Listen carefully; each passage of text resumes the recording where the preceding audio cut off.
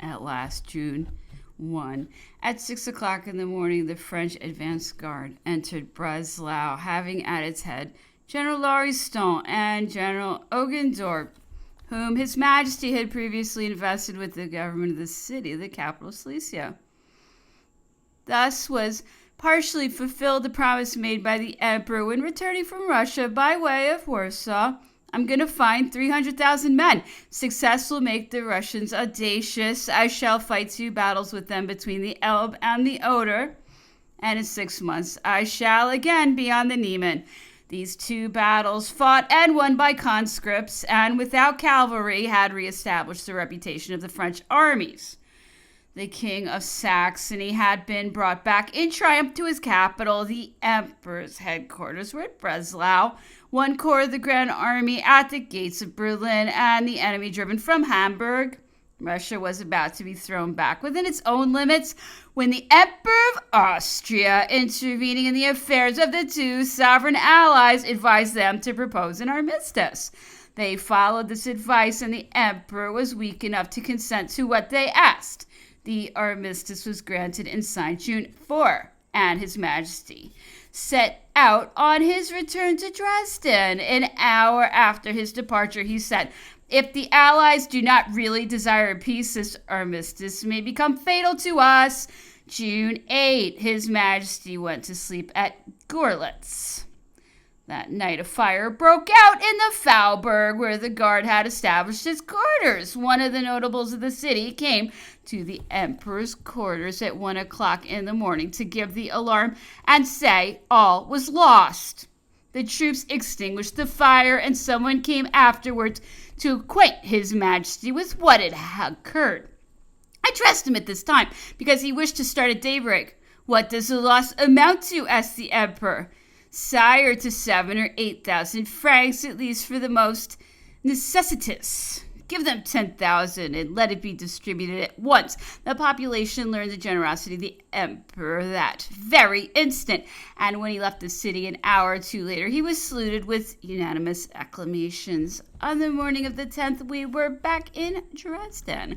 The arrival of the Emperor dispelled some rather singular rumors which had been in circulation ever since the remains of Marshal Duroc passed through the city. People declared that the coffin that had been brought was that of the Emperor, that he had been killed in the last battle, and that his corpse was secretly locked up in a chamber of the chateau, through the windows of which candles could be seen burning all night long. When he arrived, these persons, persisting in their notions, went so far as to repeat what had already been said on another occasion, namely, that it was not the Emperor that was seen in his carriage, but a mannequin with a wax face. However, when he appeared on horseback before everybody the next day, in the meadow outside the city gates, they were forced to believe that he was still alive.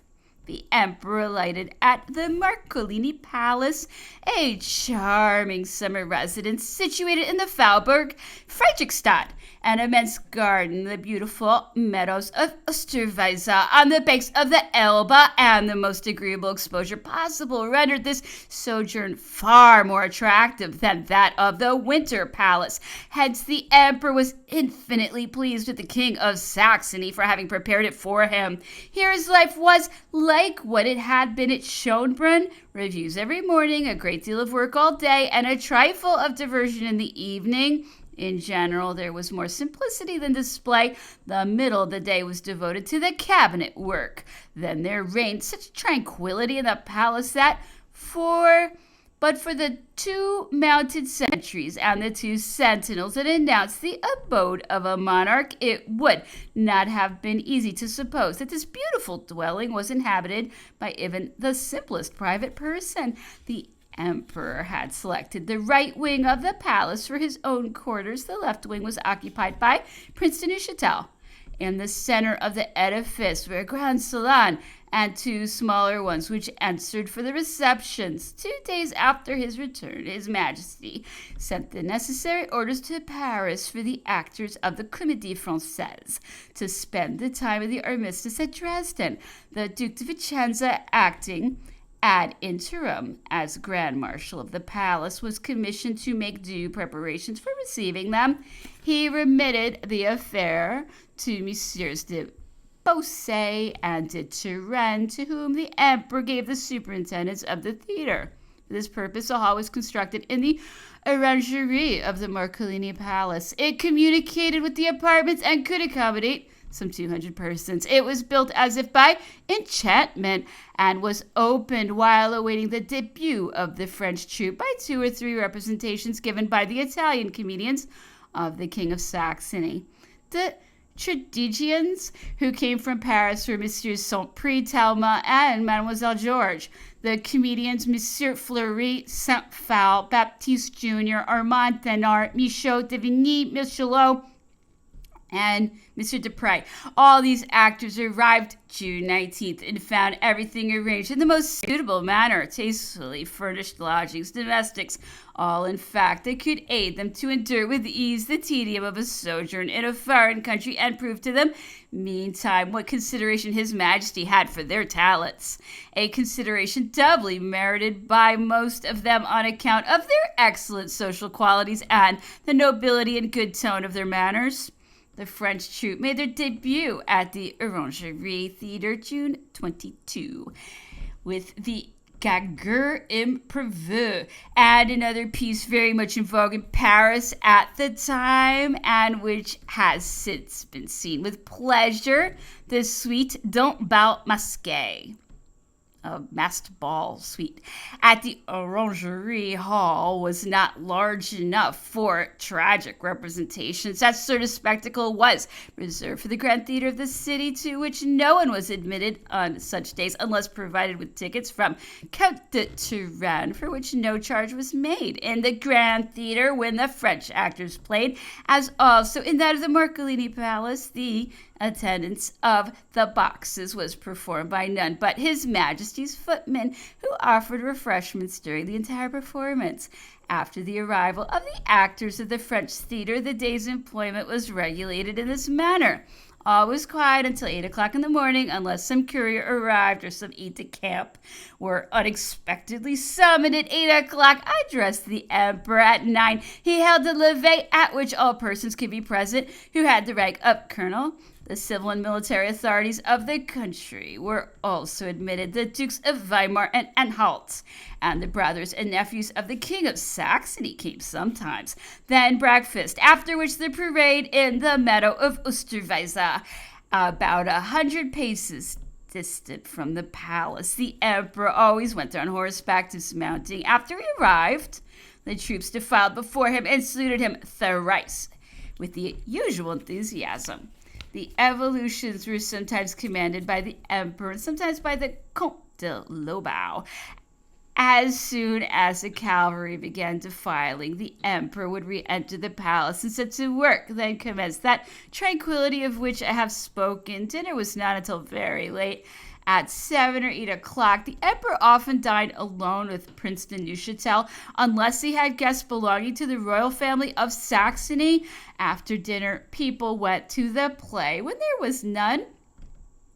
And after the play, the emperor would return to his cabinet to work again, either alone or with his secretaries. It was the same thing every day, unless, and this case was very rare, fatigued beyond measure by the tasks of the day, His Majesty took a whim to send for Mademoiselle G after the tragedy. Then she would spend 2 or 3 hours in an apartment, but never more. Sometimes also the emperor would invite Talma or Mademoiselle Mars to breakfast. One day, in conversation with the admirable actress, the emperor spoke of her debut. "Sire," said she, with that grace which everybody has recognized, "I commenced very humbly. I slipped in without being perceived." "Without being perceived?" replied His Majesty briskly. "You are mistaken, believe me, mademoiselle. that, like all the rest of France, I have always applauded your rare talents.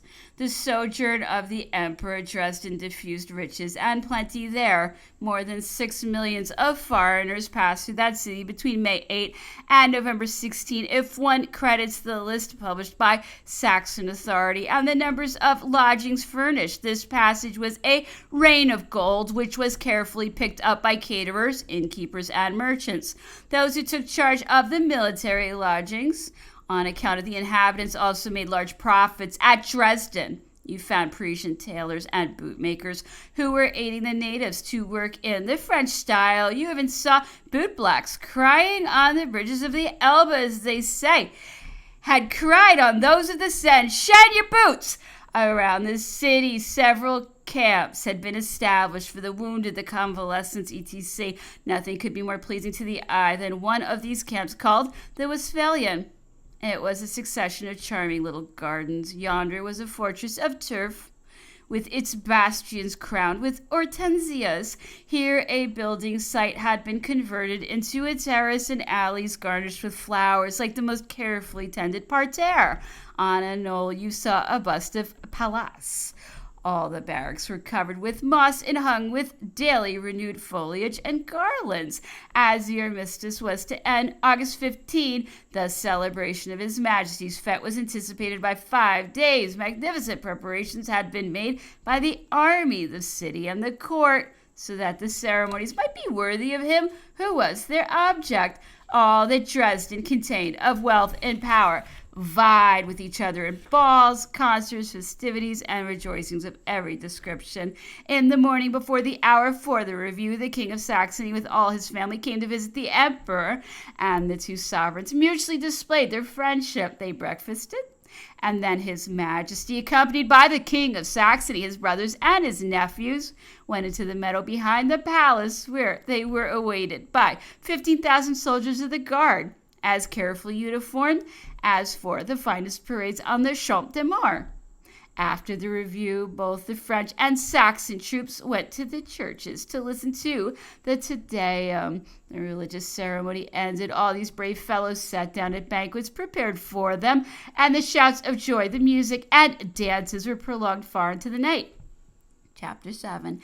The entire duration of the armistice was employed in negotiations for arriving at the conclusion of peace. At that time, the emperor ardently desired it, especially since he had seen the honor of his arms repaired by the battles of Lutzen and Bautzen. Unhappily, he desired it on conditions to which the enemies could not be persuaded to accede, and we were soon to see the opening of the second series of our disasters, which rendered peace increasingly impossible. Besides, from the beginning of the negotiations relative to the armistice now approaching its end, the Emperor Alexander, in spite of the 3 battles gained by the Emperor Napoleon, had declined to listen to direct propositions on the part of France and insisted on the intermediation of Austria. This distrust was ill calculated to promote a definitive reconciliation. Being the victor, the emperor must naturally have been irritated by it. Nevertheless, in these grave circumstances,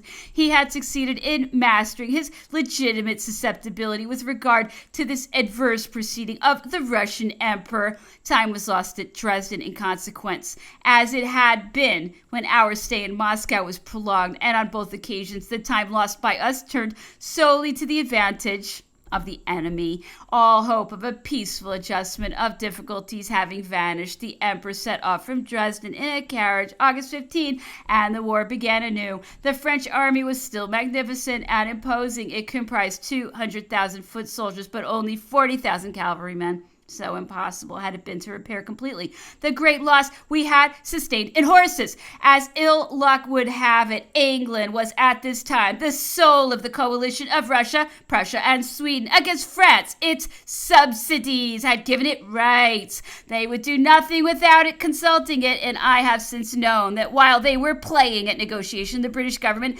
declared to the Emperor of Russia that even the stipulation of Luneville were too favorable to France, All these difficulties could be condensed into a single phrase. We want war! We had war. Therefore, or rather, this scourge continued to devastate Germany and presently menaced and invaded France. I ought, moreover, to point out that what contributed to render our position extremely critical in case of a reverse was that Prussia was now carrying on not merely a war of soldiers, but a war that had become national by the rising of the Landwehr and the Landsturm, and hence a war 1,000 times more dangerous than the tactics of the best disciplined of armies. To all these perplexities was added the fear, soon justified, of seeing Austria develop from the lax and nonchalant mediatrix that she was into a declared enemy. Before going further, it seems proper that I should turn back to 2 or 3 circumstances which I have involuntarily omitted and which relate to our sojourn in Dresden before what may be called the second campaign of 1813.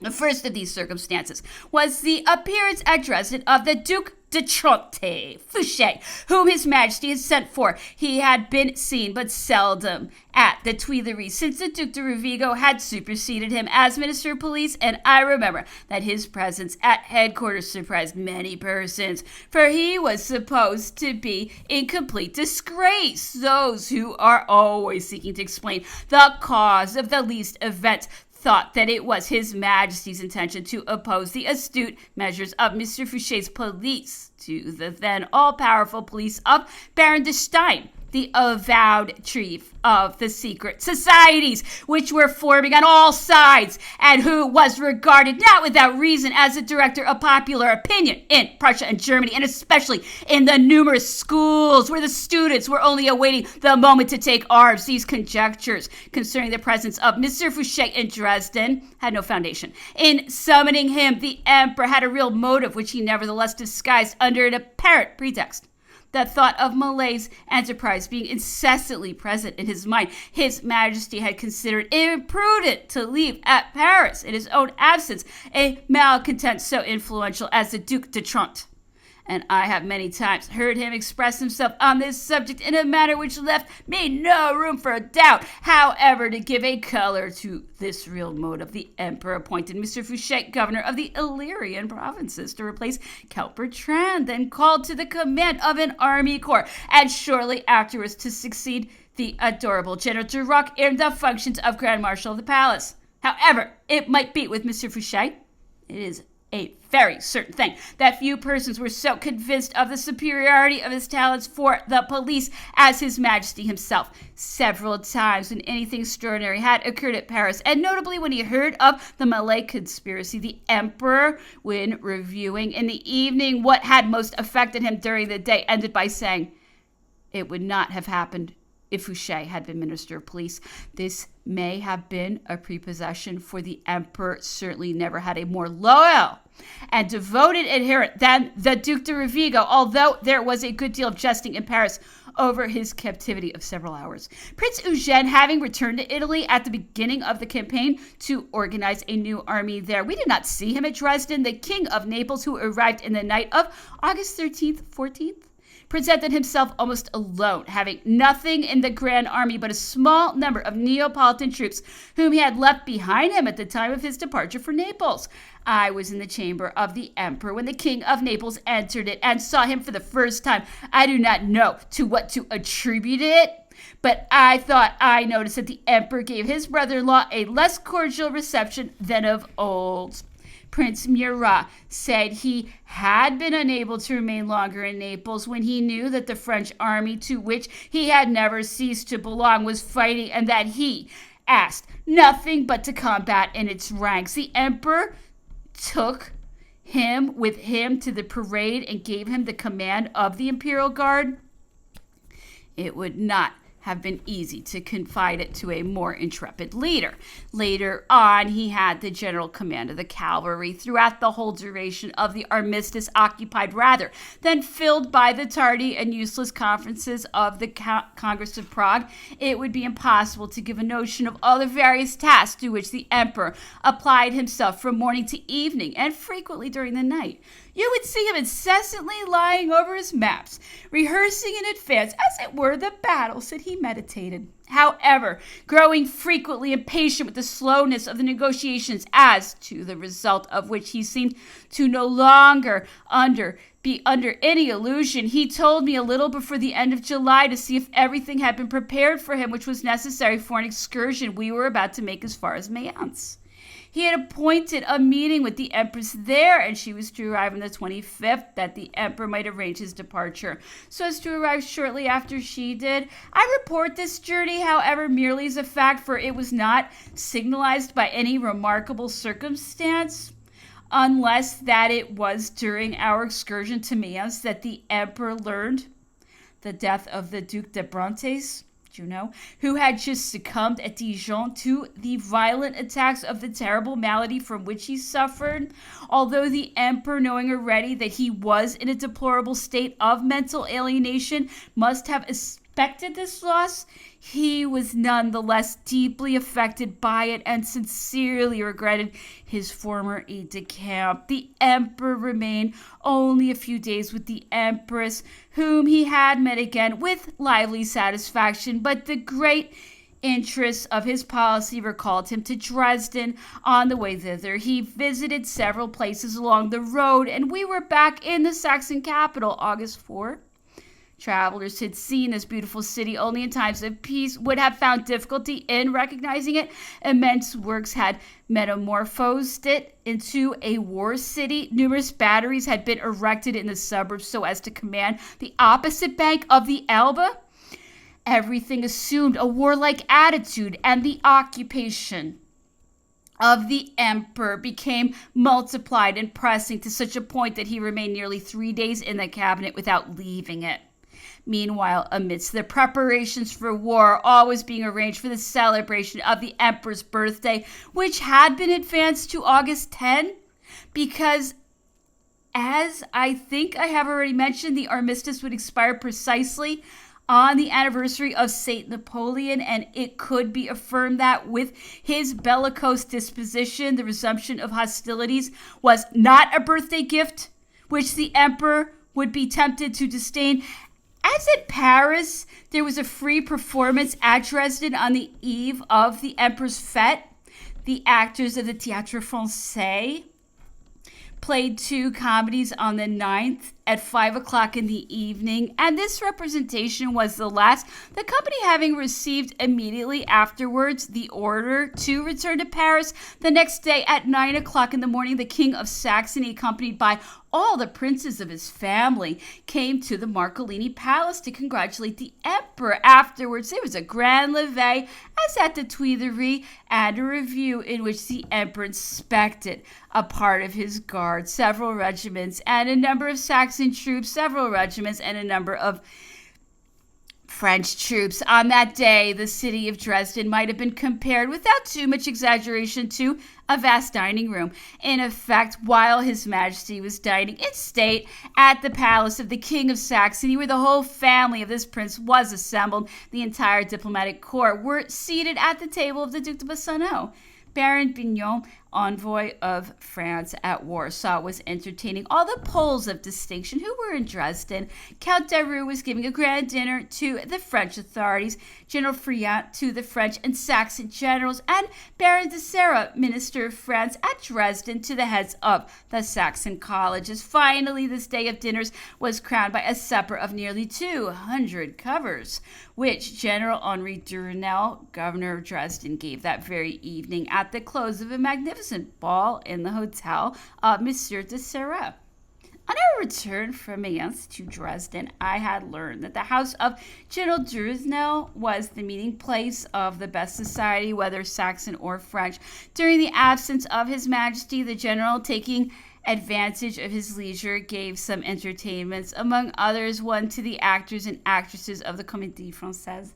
Concerning this, I even recall a comic anecdote which was told me at the time without failing either in decorum or politeness, Baptiste Jr., so they said, contributed greatly to the pleasantness of the evening. He presented himself under the title of Lord Bristol, an English diplomat on his way to the Congress of Prague. His disguise was so accurate, his accent so natural, his phlegm so imperturbable, that several persons belonging to the Saxon court were completely deceived by it. That did not surprise me. I saw by it the talent of Baptiste Jr., for mystifications had suffered no diminution since the days when he so greatly diverted me at the breakfast of Colonel de Beauharnais. What things had already happened since that epoch! Meanwhile, the emperor, seeing that nothing could longer retard the resumption of hostilities, had at once divided his 200,000 infantrymen into 14 army corps, the command of which was given to Marshals Victor Ney, Marmont, Augereau, MacDonald, Oudinot, Davout, Gouvion, Saint-Cyr, Prince Poniatowski, and Generals Régnier, Rapp, Lauriston, Van Damme, and Bertrand. The 40,000 cavalrymen formed 6 grand divisions under the orders of Generals Natsuti, Latour, Marburg, Sebastiani, Arrighi, Milhau, and Kellerman. And as I have already said, the King of Naples had command of the Imperial Guard. In addition, in this first campaign, we saw guards of honor appear for the first time on our battlefields. Choice troops recruited from the richest and most notable families, and amounting to more than 10,000 men, separated into 2 divisions under the simple title of regiments, one of which was commanded by General Count de Pouilly, and the other, if I do not mistake, by General de Ségur. These young men, once idle, addicted to repose and pleasures, became in a short time an excellent body of cavalry and distinguished themselves on several occasions, notably at the Battle of Dresden, of which I shall presently have to speak. The reader has already seen what was the strength of the French army. The combined army of the Allies amounted to 400,000 infantry soldiers, and its cavalry was scarcely less than 100,000 horses, without counting a reserve army corps of 80,000 Russians, ready to start from Poland under the orders of General Bensinsen. Thus, the foreign soldiers were more than 2 to 1 against us.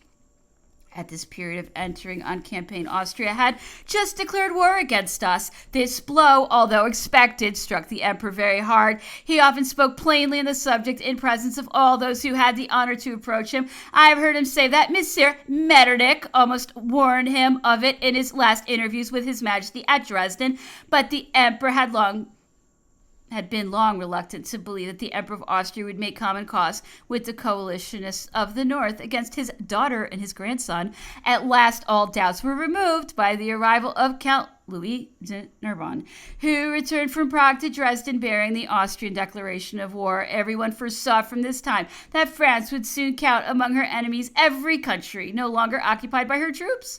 The event justified the provision but too well. Still, all was not lost. We had not yet been obliged to put ourselves on the defensive.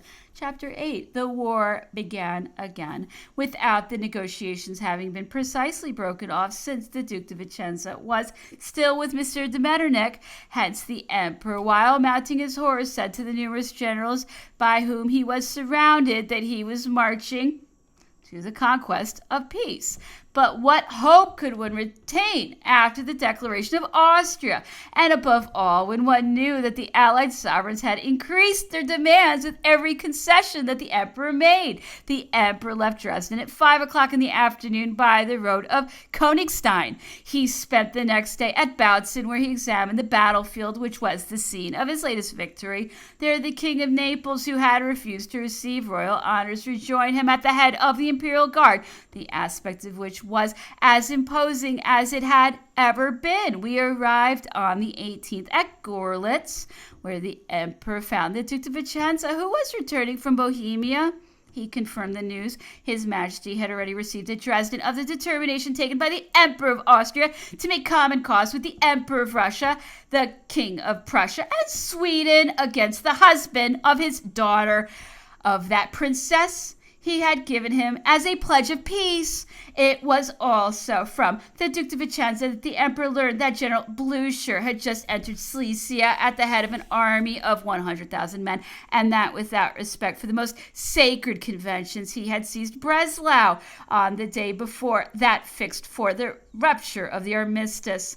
that on the same day, General Jomini, a Swiss by birth, but up to then in the service of France, chief of staff to Marshal Ney, and loaded with the benefits of the emperor, had deserted his post and repaired to the headquarters of the Emperor Alexander, who had welcomed him with every demonstration of lively satisfaction. The Duke de Vicenza entered into some details concerning this desertion, which seemed to afflict his Majesty more than all the other tidings. He said, among other things, that when General Jomini had arrived in presence of Alexander, he found that monarch surrounded by chiefs, among whom someone pointed out General Moreau. And it was then that the emperor received the first intimation of Moreau's presence at the enemy headquarters.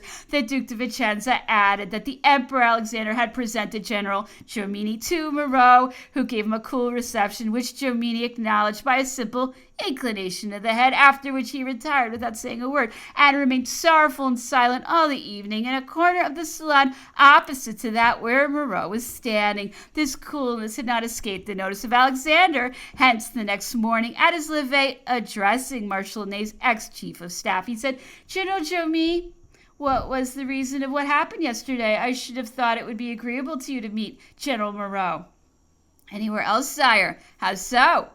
If I had been born a Frenchman like the general, I should not be in your Majesty's camp today. The Duke de Vicenza, having thus terminated his report to the Emperor, his Majesty said with a bitter smile, I am sure that miserable Jomini thought he had performed a fine action. Ah, Caulaincourt, it is the deserters who will ruin me. Possibly Moreau, in himself greeting Jomini coldly, had thought that if he had still been serving in the French army, he would not have played false with arms in his hand. And after all, it is not an unnatural thing to find two traitors blushing at one another, each cherishing illusions concerning his own treason, and never thinking that the sentiment he experiences is also that which he inspires. However it may be, the news imparted by Mr. de Caulaincourt to the emperor caused him to make some alterations in the plans he had formed for the campaign. His Majesty did in reality give up the idea of moving in person on Berlin,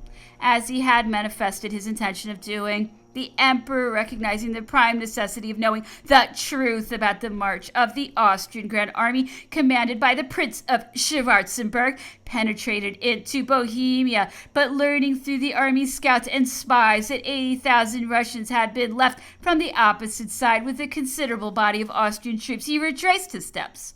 After several engagements in which his presence decided the victory, and on the 24th we found ourselves again at Bautzen. From this residence, His Majesty dispatched the King of Naples to Dresden to reassure the King of Saxony and the inhabitants of that city, who knew that the enemy was at its gates. The Emperor assured them that it would not be entered by the hostile forces, since he had returned to defend its approaches, urging them nevertheless not to allow themselves to be intimidated by a sudden attack that might be attempted by some isolated detachments. Murat arrived just at the right moment, for we afterwards learned that a universal consternation was prevailing in the city, but such was the prestige attaching to the emperor's promises that all regained courage on learning his presence. While the King of Naples was fulfilling this mission, Colonel Gourgaud was summoned in the morning to the emperor's tent, where I was at the time. Tomorrow I shall be on the road to Pirna, His Majesty said to him, but I will stop at Stolpen. Do you make haste to Dresden? Go with all speed. Be there tonight. When you arrive, see the King of Naples, Durosnel, and the Duc de Bassano. And the Marshal Gouvion reassure them all. See the Saxon minister, de Gersdorf, also. Tell him that you cannot see the king because you are leaving at once, but that tomorrow I can put 40,000 men into Dresden, and that I am preparing to arrive there with all the army. At daybreak, go to the quarters of the commandant of the engineer corps and examine the redoubts and the enceinte of the city. And when you have thoroughly seen them, come back to me at Stolpen as fast as you can. Report to me the real condition of things, as well as the opinion of Marshal Saint-Cyr and the Duc de Bassano. Be off! The colonel started instantly without having broken his fast that day. By 11 o'clock the next evening, Colonel Gourgaud was back with the emperor after having executed all his commissions. Meanwhile, the Allied army had come down into the plain of Dresden, and several attacks had already been made on the outpost. It appeared from the information given by the colonel that on the arrival of the King of Naples, the city was in the greatest consternation and had no hope but in the emperor. Hordes of Cossacks were in fact already in sight of the Faubourgs, which they menaced, and their appearance had compelled the inhabitants of these Faubourgs to seek shelter inside the city. As I came away, said Colonel Gourgaud, I saw a village in flames within half a league of the Grand Gardens, and Marshal Gouvion Saint-Cyr was preparing to evacuate that position. But after all, said the emperor sharply, what is the opinion of the Duc de Bassano? Sire, the Duc de Bassano thinks they will not be able to hold out for 24 hours longer. And you? I, sire? I think Dresden will be taken tomorrow if your majesty is not there. Can I rely on what you tell me? Sire, I will answer for it with my head. Thereupon his majesty sent for General Exo and said to him, his finger on the map, Vandamme is advancing by way of Pirna beyond the Elbe. The eagerness of the enemy to penetrate as far as Dresden has been extreme. Vandamme is going to find them on his rear. It had been my intention to sustain his movement with the whole army, but the fate of Dresden disturbs me, and I will not sacrifice that city. I can be there in a few hours, and I'm going to do it, although it costs me much to abandon a plan which, if well executed, might enable me to be done with the Allies once and for all. Luckily, Vandamme is still insufficient force to supplement the general movement by partial attacks, which will harass the enemy. Tell him, therefore, that he is to advance from Pirna upon Giesubel to gain the defiles of Peterswalde, and then entrenched in this impregnable position to await the result of what is about to take place under the walls of Dresden. It is to him that I reserve the task of picking up the sword of the vanquished, but he will need to keep cool and pay no attention to the uproar made by the fugitives. Explain thoroughly to General Vandamme what I expect from him. He will never have a finer chance to win the marshal's baton. General Exo set off that very moment. The emperor called Colonel Gourgaud in again and told him to mount a fresh horse to go back to Dresden faster than he came in order to announce his arrival. The old guard will precede me, said the emperor. I hope they will not be afraid when they see them. The morning of the 26th, the emperor was on the Dresden bridge on horseback, and commencing amidst shouts of joy from the young and the old guard, the preparations for that terrible battle which lasted 3 days. It was 10 o'clock in the morning when the inhabitants of Dresden, reduced to despair and talking loudly of capitulating, saw his majesty arrive. The scene was changed in an instant. To the most complete discouragement succeeded the strongest confidence, above all when the haughty cuirassiers of La Tour Maubourg defiled upon the bridge, heads up and eyes fixed on the neighboring acclivities surmounted by the enemy. The emperor alighted at once at the palace where the king was preparing to seek an asylum in the new city. The arrival of the great man altered his arrangements. This interview was extremely touching. I do not pretend to enter into the details of those memorable days when the emperor covered himself with glory and exposed himself to greater risks than he had ever before incurred. Pages, equerries, aides-de-camp fell dead around him. Balls pierced the body of his horses, but nothing could touch him. The soldiers beheld him and renewed their ardor in renewing their confidence and admiration. I will merely say that on the first day, the emperor did not re-enter the chateau until midnight and spent all the hours until day in dictating orders while striding up and down, that at daybreak he remounted his horse, the weather being frightful with a heavy rain that lasted all day. In the evening, the enemy was completely routed, and the emperor turned back towards the palace in a fearful condition. He had been on horseback since 6 o'clock, and the rain had not ceased for an instant. Hence, he was so wet that one could say without exaggeration that his boots took water by the collar of his coat. They were entirely filled with it. His hat of very fine beaver was so deformed that it was flapping on his shoulders. His leather belt was completely soaked with water. In a word, a man who has just been pulled out of the river is not wetter than the emperor was. The king of Saxony, who was waiting for him, saw him in this condition and embraced him like a beloved son who has just escaped from a great danger. This excellent prince had tears in his his eyes as he pressed the savior of his capital to his heart.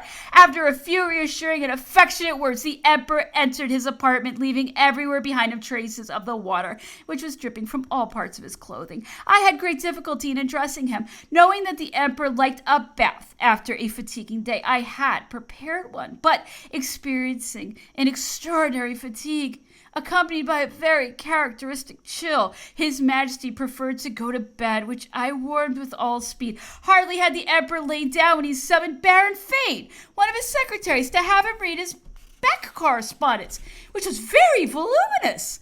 He did not take his bath till afterwards. He had been in it but a few minutes when he was seized with an extraordinary distress, soon followed by fits of vomiting, which obliged him to go back to bed. Then His Majesty said to me, "My dear Constant, a little repose is indispensable to me. See that no one wakes me up unless for matters of the very greatest importance. Say so to Fane."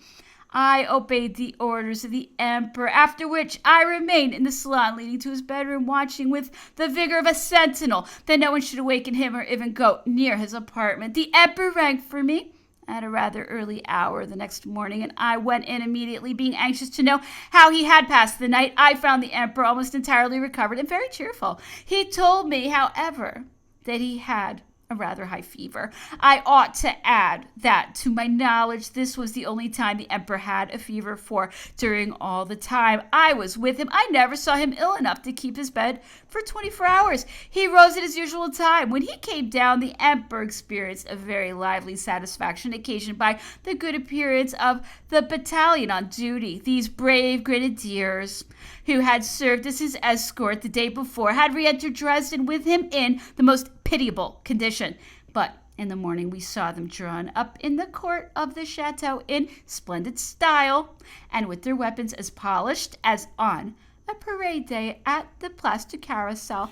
These brave fellows had spent the night in cleaning and drying themselves around the great fires they had kindled for that purpose, thus preferring to sleep and the repose they must have needed so much, the satisfaction of presenting themselves in good condition before the emperor. A word of approbation repaid them for their fatigues, and one may say that no military leader has ever been so beloved by his soldiers as was His Majesty.